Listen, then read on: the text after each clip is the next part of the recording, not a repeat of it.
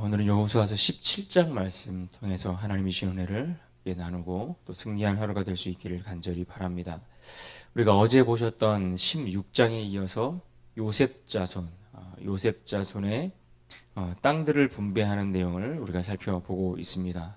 그래서 어제 보았던 에브라임 지파에 이어 오늘은 므낫세 지파의 땅을 어떻게 분배하였는가 하는 내용을 오늘 본문 17장에서 다루고 있습니다.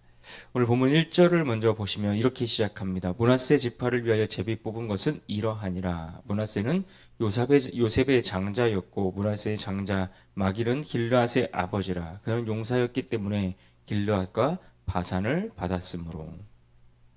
므낫세는 요셉의 장자였다 이렇게 말씀하고 있습니다. 그러나 실제로 야곱이 축복을 할 때에는 오른손과 왼손을 엇바꾸어 그의 머리에 얹으면서 당시 차남이었던 에브라임에게 실제 장자의 축복을 해 주었던 것을 우리가 기억합니다. 그래서 이 땅을 분배받는 그 순서에 있어서도 에브라임이 먼저 나오고 그 다음에 므낫세가 나오는 것을 보게 되는 것입니다. 므낫세의 장자는 마길이라고 했습니다.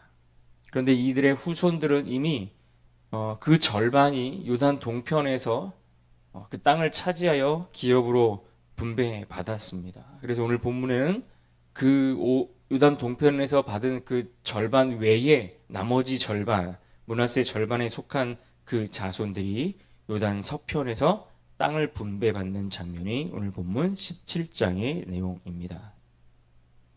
지금까지 땅을 분배하면서 성경에 기록된 내용들을 보면 그들이 얻고 그들이 차지하였던 그 땅의 경계, 그 땅의 지명들 이러한 것들만 쭉 언급하고 나열해 주었습니다. 그런데 오늘 본문 17장에 보시면 이 므낫세 지파와 관련되어서 이야기할 때는 땅의 경계, 지명만을 이야기하고 있는 것이 아니라 그것을 물려받은 것을 차지하게 된 그 가족들의 명단 이름들이 함께 언급되고 나오는 것을 보게 됩니다.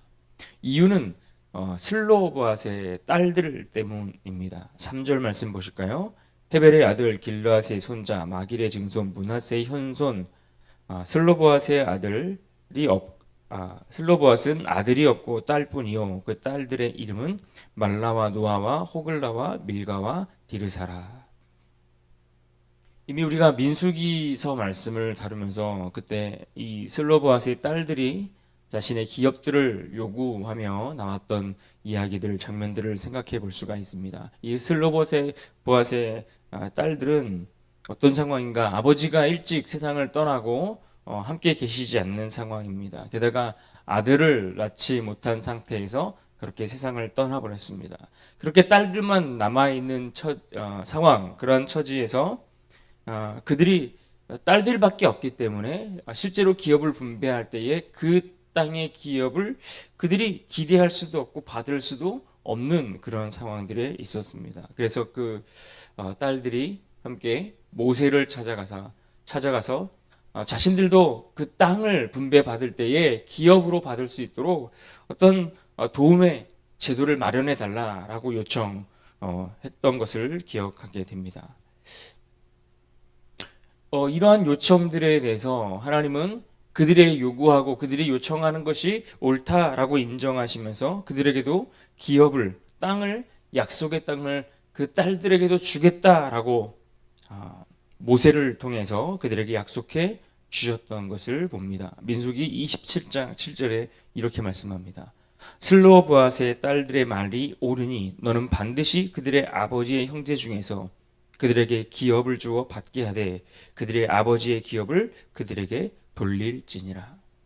그러니까 아들이 없이 죽고 난 후에는 딸들에게 기업을 물려주도록 했고 딸들도 없으면 그 형제들도 없으면 가장 가까운 친족들을 통해서라도 그 기업이 이어지고 물려져 갈 수 있도록 그렇게 제도적인 장치를 마련해 주신 것입니다. 이처럼 슬로봇의 딸들의 요청이 있었고 그것들에 대해서 하나님이 옳다고 인정하셔서 또 그들에게 주신 약속의 말씀이 있었는데 오늘 본문을 통해서 그때 하셨던 그 말씀, 그 약속이 성취되었다라는 것을 보여주고 확인시켜 주기 위해서 오늘 본문 속에는 특별히 이 므낫세 지파를 다루면서는 이 슬로보아스의 딸들의 이름뿐만 아니라 그 므낫세 지파에서 땅을 얻은 이들의 이름 명단이 함께 소개되고 있는 것입니다. 따라서 이 슬로보아스의 딸들은 므낫세 영토 중에 일부를 그들의 기업으로 받게 됩니다. 당시로서는 굉장히 획기적인 조치였다라고 볼 수 있습니다. 당시 여성들의 어떤 권리나 그러한 사회적 위치나 신분들을 생각해 볼 때에 성경이 그들의 권리에 대해서 그들의 삶에 대해서 관심을 보여주고 있기 때문에 그렇습니다. 늘 성경은 이처럼 연약한 자들, 약자들, 힘없는 자들 그들에 대한 많은 관심을 보이게 됩니다. 왜 그렇습니까? 우리 하나님이 낮은 자의 연약한 자들의 위로가 되시는 하나님이시기 때문에 그렇습니다. 그런데 오늘 본문 17장에 기록된 이 므낫세 지파를 보면 이 므낫세 지파도 여느 다른 지파, 앞서 땅을 차지했던 지파들과 사실 크게 다르지 않은 연약함을 그대로 보여주는 것을 볼 수 있습니다. 12절과 13절을 보십시오. 그러나 므낫세의 자손이 그 성읍들의 주민을 쫓아내지 못하며 가나안 족속이 결심하고 그 땅에 거주하였더니 이스라엘 자손이 강성한 후에야 가나안 족속에게 노역을 시켰고 다 쫓아내지 아니하였더라. 이스라엘의 역사를 보면 이들은 가나안 땅에 들어갔지만 사실 그 가나안 땅에서 제대로 된 쉼과 제대로 된 안식, 평안 이런 것들을 온전히 누리지 못하는 것을 볼 수 있습니다. 약속의 땅에 거하면서도 약속의 땅에 들어가 그 땅을 취하였음에도 불구하고 하나님이 주시는 참된 평안을 누리지 못했다라는 이야기입니다. 왜 그럴까요? 약속의 땅에 살면서 왜 그들은 평안을 누리지 못하고 있습니까? 우리는 그 이유를 지금까지 살펴봤던 이 각 지파들마다 동일하게 반복되고 있는 그들의 연약함, 다시 말하면 다 내어 쫓지 못했던 그 가나안 주민들, 그것이 바로 원인이 되었다라는 것을 우리가 깨닫게 됩니다. 신명기 7장 16절에 보면 하나님은 모세를 통해서 분명히 이와 같이 경고하셨습니다. 내 하나님이 여호와께서 내게 넘겨주신 모든 민족을 내 눈이 긍휼히 여기지 말고 진멸하며 그들의 신을 섬기지 말라. 그것이 내게 올무가 되리라. 그러니까 그들이 강력한 병거를 가지고 있기 때문이든 혹은 자신들의 이익과 편의를 위해서 그들을 다 몰아내지 않았든지 혹은 그들이 이방 신들에게 미혹되어서 그것을 쫓아가기 때문이든지 그 어떤 이유 때문이든 간에 하나님은 그 땅에 있는 가나안 족속을 몰아내지 아니하면 반드시 그것이 그들에게 올무가 될 것이다 라고 경고하셨다라는 말씀입니다. 그런데 그 경고를 이스라엘은 어땠습니까? 너무나 소홀히 여긴 듯합니다. 그렇습니다. 죄가 있는 곳에는 평안이 있을 수 없습니다. 죄가 있는 곳에는 불순종이 있는 곳에는 결코 안식과 평안을 찾을 수 없는 것입니다. 우리가 이것을 늘 잊지 않고 기억해야 합니다. 그런데 오늘 본문에는 이와 같은 일들, 이와 같은 내용들 뿐만 아니라 또 다른 문제가 하나 더 발생하는 것을 우리가 볼 수 있습니다. 바로 이 요셉 자손들이 땅을 분배하여 차지하고 얻는 그 과정에서 이 요셉 자손들이 여호수아 앞에 불평하기 시작했다라는 이야기입니다. 그들이 불평과 불만을 쏟아내기 시작했는데 이들이 왜 불평과 불만을 하고 있습니까? 그 이유가 무엇입니까? 오늘 보면 14절을 보십시오. 요셉 자손이 여호수아에게 말하여 이르되 여호와께서 지금까지 내게 복을 주심으로 내가 큰 민족이 되었거늘 당신이 나의 기업을 위하여 한 제비 한 분깃으로만 내게 주심은 어찌함이니까 하니. 한마디로 이들의 불평과 불만의 이유가 무엇입니까? 그것은 인구에 비해서 그들이 얻게 된 땅이 작다라는 겁니다. 내가 차지하게 될, 내가 할당받은 그 땅이 너무나 적다. 이것 때문에 그들이 불평과 불만을 내뱉고 있다라는 이야기입니다. 그래서 그들의 이 이야기를 듣고서 여호수아가 무엇이라고 답을 했습니까? 15절을 보십시오. 여호수아가 그들에게 이르되 내가 큰 민족이 되므로 에브라임 산지가 내게 너무 좁을진데 브리스 족속과 르바임 족속의 땅 삼림에 올라가서 스스로 개척하라 하니라. 여호수아가 그들에 대해서 답을 주었는데 여호수아의 답변은 간단하고 명확하고 단호했습니다. 올라가서 스스로 개척하라. 땅이 좁으면 올라가서 스스로 개척하라 라고 이야기했다는 겁니다. 왜 그렇습니까? 실제로 이들이 땅이 부족하다라고 이야기를 하는데 인구에 비해서 땅이 부족하다라고 말하는 것은 실제 땅이 좁다 이런 의미보다는 아직 개척하지 못한 땅, 아직 차지해야 하는데 차지하지 못한 땅이 많았기 때문에 그와 같이 이야기하고 있는 것입니다.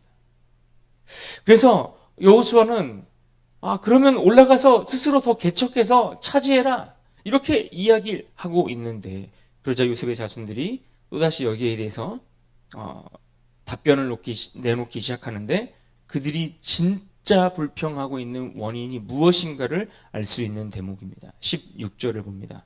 요셉 자손이 이르되 그 산지는 우리에게 넉넉하지도 못하고 골짜기 땅에 거주하는 모든 가나안 족속에게는 베스안과 그 마을들에 거주하는 자이든지 이스라엘 골짜기에 거주하는 자이든지 다 철병거가 있나이다 하니. 그러니까 지금 이 요셉의 자손들이 이야기하고 있는 땅이 좁다라는 이유를 말하고 있지만 그들이 불평과 불만을 내뱉고 있는 그 이유는 진짜 이유는 그들이 차지하고 정복해야 할 그 땅에 살고 있는 거민들이 청철병거를 가지고 있기 때문이다라는 이야기입니다. 그러니까 무슨 말인가 하니 그 땅에 그들이 차지하고 싸워서 정복해야 될 땅에 철병거를 가지고 있는 강력한 무기를 가지고 있는 족속들이 살고 있으니까 그러니까 스스로 그 땅을 점령하고 개척할 생각을 하지 않고 좀 더 편하게 그 강한 족속들을 보면서 좀 더 편하게 얻을 수 있는 땅을 우리에게 달라 그렇게 요구하고 있다라는 겁니다. 우리는 여호수아서 13장 1절에서 말씀하셨던 내용을 보시면 이렇게 말씀합니다. 어떤 말씀입니까? 여호수아가 나이가 많아 늙음에 여호와께서 그에게 이르시되 너는 나이가 많아 늙었고 얻을 땅이 매우 많이 남아 있도다. 무슨 말입니까? 이스라엘이 땅을 지금 분배하고 있는 것은 그들이 가나안에서의 정복 전쟁을 통해 그 땅을 이미 다 차지하고 있기 때문에 그 땅을 분배하고 있는 것이 아니었다는 겁니다. 아직 정복할 땅이 그들에게 많이 남아 있었습니다. 그런 상황에서 하나님의 배려를 통해 일단 그 땅을 분배하고 있는 겁니다. 그러니까 그들이 더 수고하고 더 달려가야 하고 더 싸워야 할 싸움과 사명이 여전히 남아있는 상황이었던 겁니다. 그런데 지금 이 요셉의 자손들이 내놓고 있는 불평, 불만 그 이야기를 들어보면 이제 그 사명을 다 내려놓겠다는 건 아니겠습니까? 그 사명들을 다 내려놓고 그들이 져야 할 그 짐을 지지 않고 내려놓고 조금 더 편하게 쉬고 싶다 그 이야기하고 있는 거 아닐까요? 그러면 그 강한 족속이 살고 있는 그 땅은 도대체 누가 그들을 대신하여 올라가 또 싸우고 차지해야 하겠습니까? 이들은 지금 그들이 이미 차지한 땅을 누가 그들에게 주셨는가 하는 그 중요한 한 가지 사실을 잊어버리고 놓치고 있는 것입니다. 하나님께서 약속하셨고 하나님이 약속하신 그 땅을 이루고 그 약속을 이루고 성취하여 그들에게 주신 선물이라는 사실을 그들이 기억하지 못하고 마치 자기 힘으로 지금까지 그 땅을 차지하고 정복해 온 것처럼 스스로 노력해서 그 노력만의 열매로 결과로 그 땅을 차지한 것처럼 착각하고 있었던 것입니다. 게다가 내 힘으로 했다라고 생각하니 하나님이 보입니까? 하나님이 보이지 않습니다. 내 힘으로 모든 것을 이루었다라고 생각하면 거기에는 하나님이 절대 보이지 않습니다. 하나님의 힘이 보이지 않고 오히려 그 땅에 거주하는 강한 족속들의 모습만 보일 뿐인 겁니다. 그래서 여호수아는 이 같은 사실을 분명하게 다시 주지시켜 주고 있습니다. 17절과 18절을 보십시오. 여호수아가 다시 요셉의 족속 곧 에브라임과 므낫세에게 말하여 이르되 너는 큰 민족이요 큰 권능이 있은즉 한 분깃만 가질 것이 아니라 그 산지도 내 것이 되리니 비록 삼림이라도 내가 개척하라 끝까지 내 것이 되리라. 가나안 족속이 비록 철병거를 가졌고 강할지라도 내가 능히 그를 쫓아내리라 하였더라. 아멘. 하나님이 너를 이미 큰 민족으로 삼으셨다는 겁니다. 그들이 강할지라도 너는 그들을 이겨 반드시 그 땅을 차지할 수 있다. 그들을 쫓아낼 수 있을 것이니 어떻게 하라는 겁니까? 스스로 개척하라 명령하고 있는 겁니다. 하나님이 주신 큰 권능이 있는데, 그래서 더 많은 땅을 차지할 수 있는데 왜 불평하고 불만만 쏟아내고 아무것도 하지 않으려고 한 분깃으로만 그저 만족하려고 하느냐라고 책망하고 있는 말씀인 겁니다. 어찌 보면 더 어려운 조건 속에서 갈렙은 헤브론과 같은 그 험한 산지를 올라가 싸워 차지하고 점령하였습니다. 그러나 지금 이 요셉 자손들은 이미 벌써 그 용기를 잃어가고 있는 모습을 보게 됩니다. 사랑하는 여러분, 내 힘을 의지하면 우리는 더 앞으로 나아갈 힘과 소망을 다 잃어버리게 되는 겁니다. 자꾸만 내 힘으로 모든 것을 이루어야 된다라고 생각하면 하나님이 보이시지 않는 겁니다. 그러나 나와 동행하시고 오늘도 우리를 인도하시고 나를 위해 일하시는 하나님의 강한 손을 바라보면 우리는 다시 비로소 앞으로 한 걸음 더 나아갈 수 있는 것입니다. 세상을 보면 하나님이 작아 보이지만 하나님을 바라보면 비로소 세상이 작아 보이는 것입니다. 그래서 우리는 지금 우리의 시선을 어디에 두고 살아가는가 우리는 점검해 봐야 합니다. 히브리서 12장 2절 말씀에 믿음의 주요 또 온전하게 하시는 이인 예수를 바라보자라고 권면했던 말씀처럼 믿음의 주요 온전케 하시는 그 예수님을 바라보면서 우리의 불평이 사라지고 감사함으로 또 힘과 용기를 얻게 될 줄로 믿습니다. 그러므로 오늘 본문 마지막 절 18절 말씀을 우리가 다시 한번 읽고 기억하면서 우리의 삶을 다시 믿음으로 잘 무장해 나아갈 수 있기를 바랍니다. 우리 18절 말씀 한 목소리로 같이 한번 읽어보겠습니다. 시작. 그 산지도 내 것이 되리니 비록 삼림이라도 내가 개척하라. 그 끝까지 내 것이 되리라. 가나안 족속이 비록 철 병거를 가졌고 강할지라도 내가 능히 그를 쫓아내리라 하였더라. 아멘. 우리에게 그것이 직장의 일이든 가정에서의 우리의 역할이든 자녀 양육의 문제이든 경제적인 영역이든 혹은 영혼을 구원하는 문제이든 그것을 내 힘으로 하겠다라고 하는 그 교만함을 우리가 이 시간 내어버리고 우리는 주님과 함께 주님을 의지함으로 함께 날아오를 수 있게 될 것입니다. 그렇게 주님과 동행하는 귀하고 멋진 하루가 될 수 있기를 주님의 이름으로 축원합니다.